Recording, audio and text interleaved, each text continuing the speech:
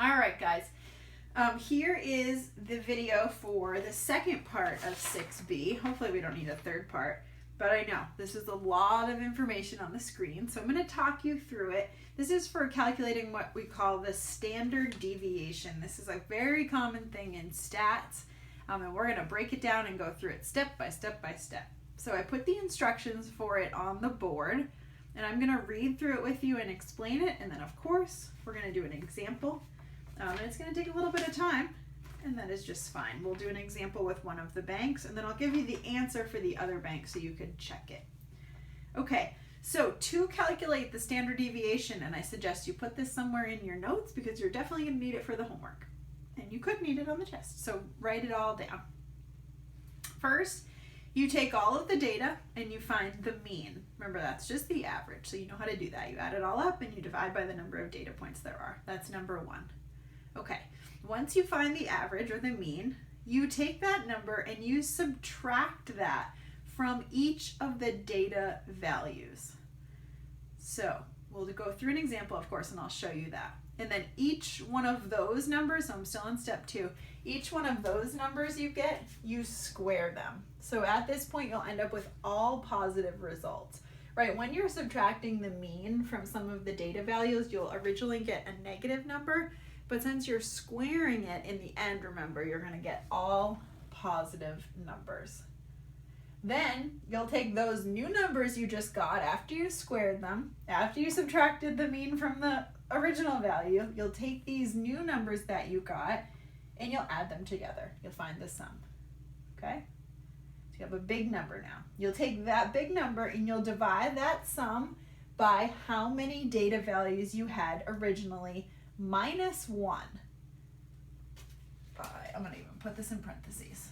So if you originally, like in the bank problems, right, we had 11 data points, you'll divide that big sum, that big number you got, by 10. Hopefully that makes sense. And then once you get that number, you'll take the square root of it, and that is your standard deviation. This is a very common thing in stats. So make sure you have those written down somewhere and get ready to use them. We'll do number 5. We'll calculate the standard deviation for the waiting time. We'll do the big bank. I'm going to erase the board.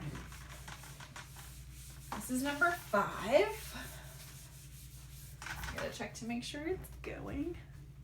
That marker sound is driving me crazy. It's not a far drive. That's what my mom would say. All right. So let's do it for the big bank. So let's write down all of the data points. I'm going to go this way. I'm going to write kind of small, but you can do it on your own paper and just kind of follow along with me. Write down every data point. I just don't want to run out of room. You know I write big. How are you guys doing? I got a couple emails. Update me on your life. I'm so curious to know like what's going on and how everything's going. I know these are some interesting times.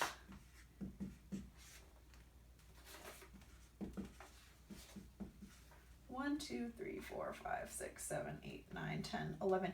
Yeah, we just found out we're doing summer classes online too, so it's fine. I'm teaching this class again this summer too, so it's like, oh great, I have half the videos done, but we're going to do a little bit different. We are going to still have, we are going to have Zoom meetings this summer, so I'll have them like watch this video first and then we'll meet on Zoom and do like questions, which I think will be a little bit better. Sorry, you kind of got the short end of the stick there with all this scrambling, but it'll be interesting. So tell your friends to sign up for my summer class. It's 112. It's not too bad. All right, so here are all the data values. So we have to take these, and first, remember, step 1 was find the mean. So what, we already did this one, right? Technically in number 2 on the worksheet. What was the average here? Remember the mean was 7.2.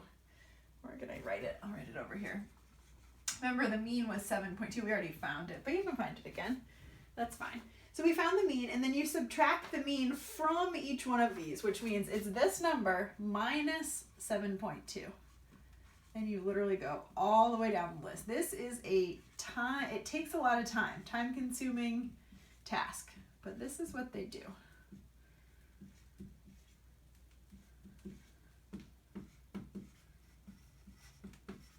Okay, So we're going to go ahead and go through every single one of those. So you find what it equals.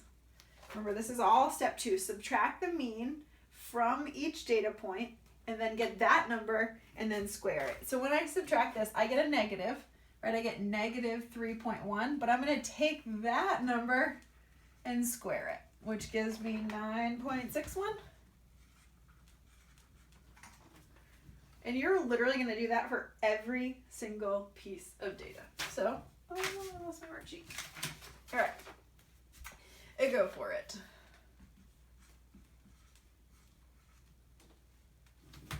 Again, you can use notes on the test, so don't stress out about like memorizing this whole process, but just make sure you understand how to do it. So keep going with each one. I'm going to do some dots and some, but I'll let you do it on your own. And if you have questions, let me know. And once I square it, I get 2.56.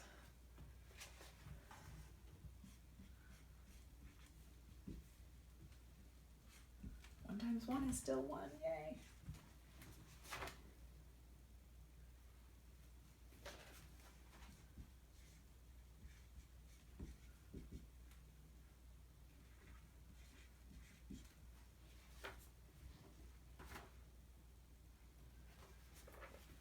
This is 0.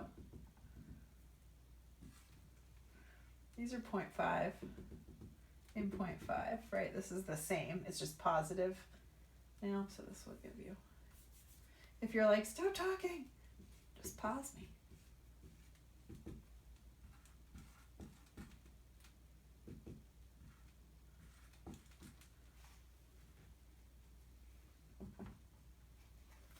Keep going. Pause the video and finish it up on your own. Go ahead.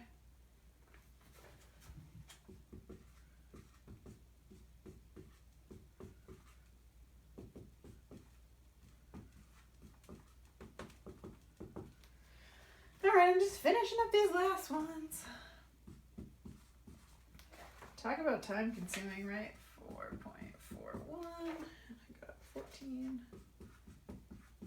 Okay, so those are all of my numbers. So I've done step 1 and step 2 so far. Found the mean, and then step 2 is a big one. Subtract the mean from each data value and then square that number. So we have all of these numbers. 1, 2, 3, 4, 5, 6, 7, 8, 9, 10, 11. Good check is to make sure you have 11 pieces of data like you started with, because if you're missing one or you have an extra, of course it's going to throw you off, and you don't want to do more work when you already have the wrong answer. So add these up. We're going to add all of these numbers together.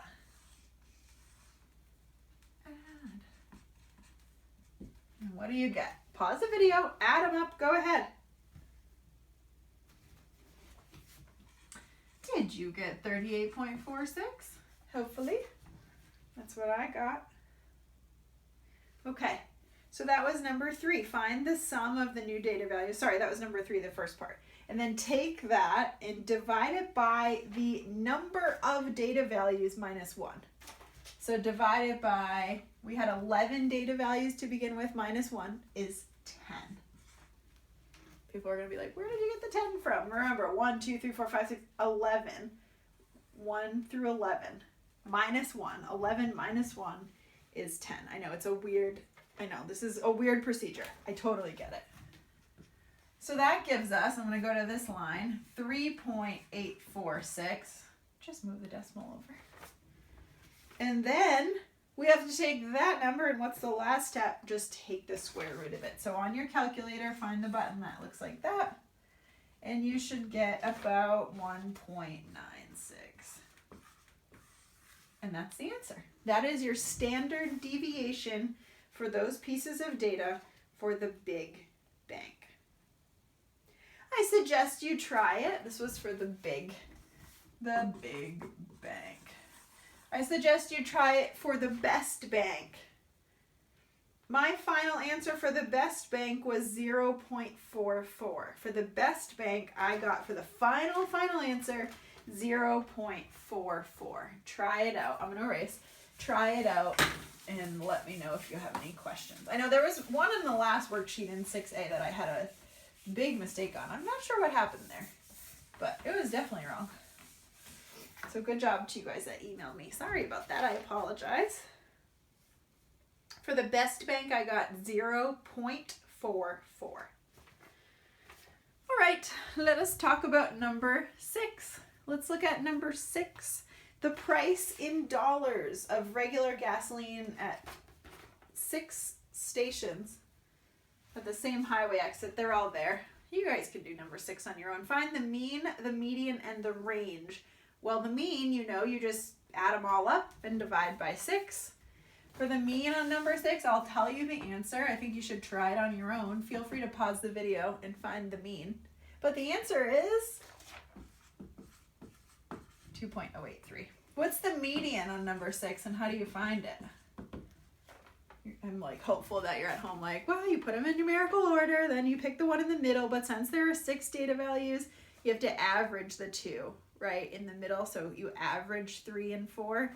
And for the median, you should get 2.075. What's the range? Remember we said the range was the max minus the min? The range is 0.05, 5 cents difference between the cheapest and the most expensive. Good, that was number 6. Part B is just like the box plot ones we did before. You can try that on your own. Part D is the ones we did before. You can do the box plot on your own. The minimum is 2.06. The Q1 is 2.07. The median is, we already found, 2.075. The Q3 is 2.11. And the max is also 2.11. And find the standard deviation for number 6. It's 0.00048. All right. Very, very good. In part D, they say apply the range rule of thumb. This is an interesting one. The range rule of thumb, you'll probably see this in the homework. Range rule of thumb just means it's almost like a quick way to find the standard deviation. Sometimes it works great and sometimes it really doesn't. The range rule of thumb is the max minus the min, or the range, divided by 4. And it's always 4. You're always using the number 4. So they're saying, okay, we'll take the range and divide it by 4, and that'll get us pretty close to the standard deviation. Well, in this case, 211 minus 206 divided by 4 is 0.05 over 4, which is about 0.0125. Is that very close to the actual standard deviation? Not really. It kind of depends on how you look at it. I don't love this question, but this is how you do the range rule of thumb, which is, again, a very, very, very shortcut way to find the standard deviation. All right, let's talk about number 7. Number 7 is kind of interesting, I think. Number 7. 2 factories each produce 1,000 computer chips per day. Okay. In factory A, the mean number of defective chips, remember mean, average, is 3.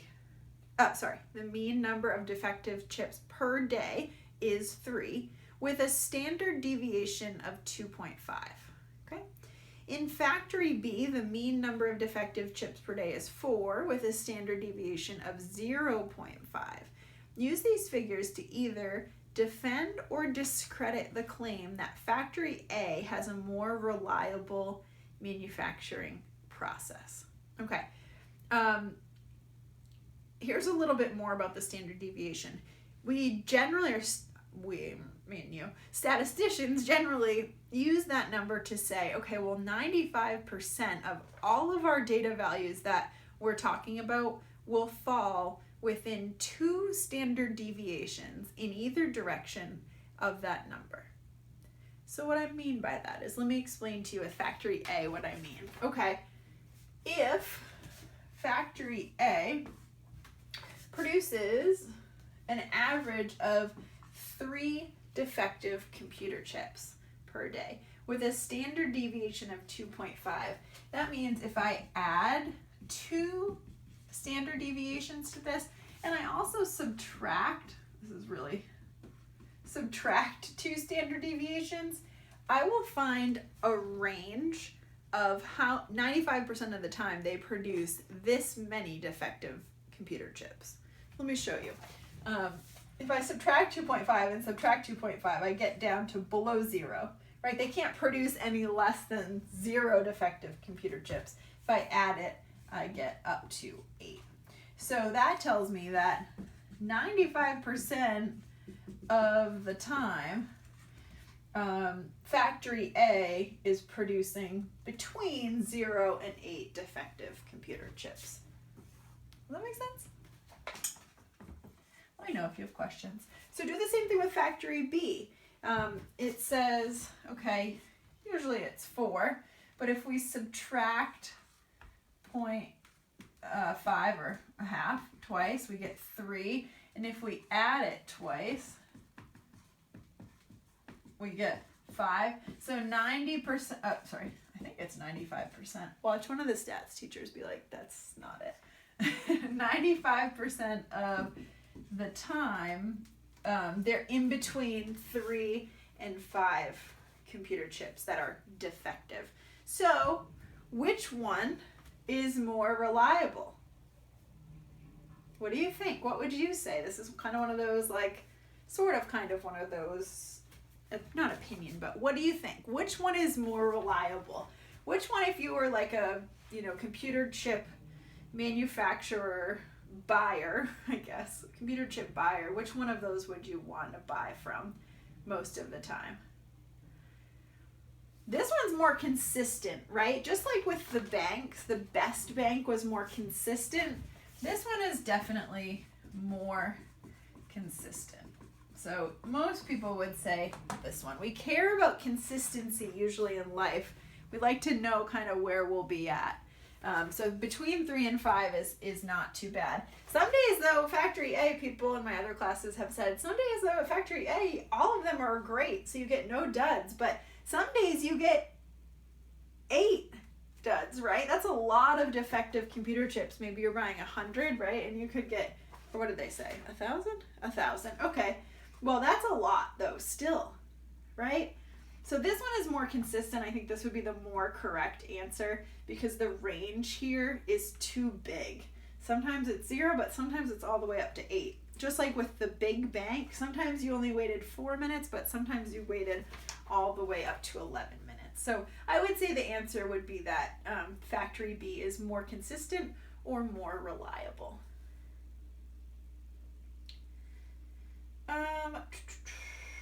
You can read through number 8. Over the past 100 years, the average batting average, the mean batting average in the major leagues has remained fairly constant at about 0.260. However, the standard deviation of batting averages has decreased to about 0.049 in the 1870s to 0.031 at present.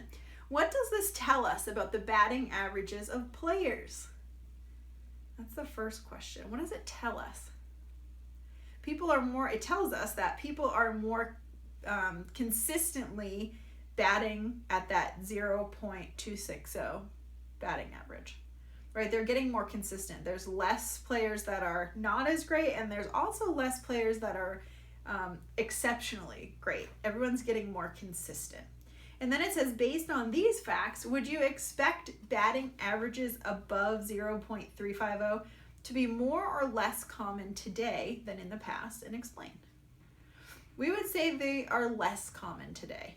They're less common just based on these facts. I don't know. Someone that's good at baseball, fact check me.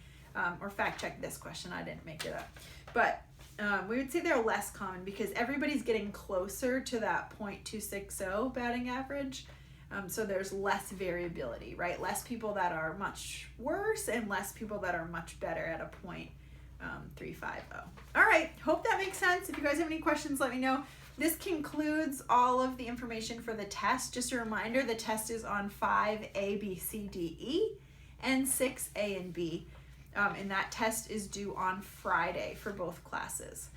So go ahead and take that. You have your allotted time. The time in there that it's due is what's in my math lab. So if you have any questions about any of that, let me know. You can use your notes. You may not ask a friend, but you can use your notes or use your book or any of these worksheets or anything like that. But let me know if you have any questions up until then. I hope you guys are all doing well, and hopefully I'll talk to you soon. Send me an email.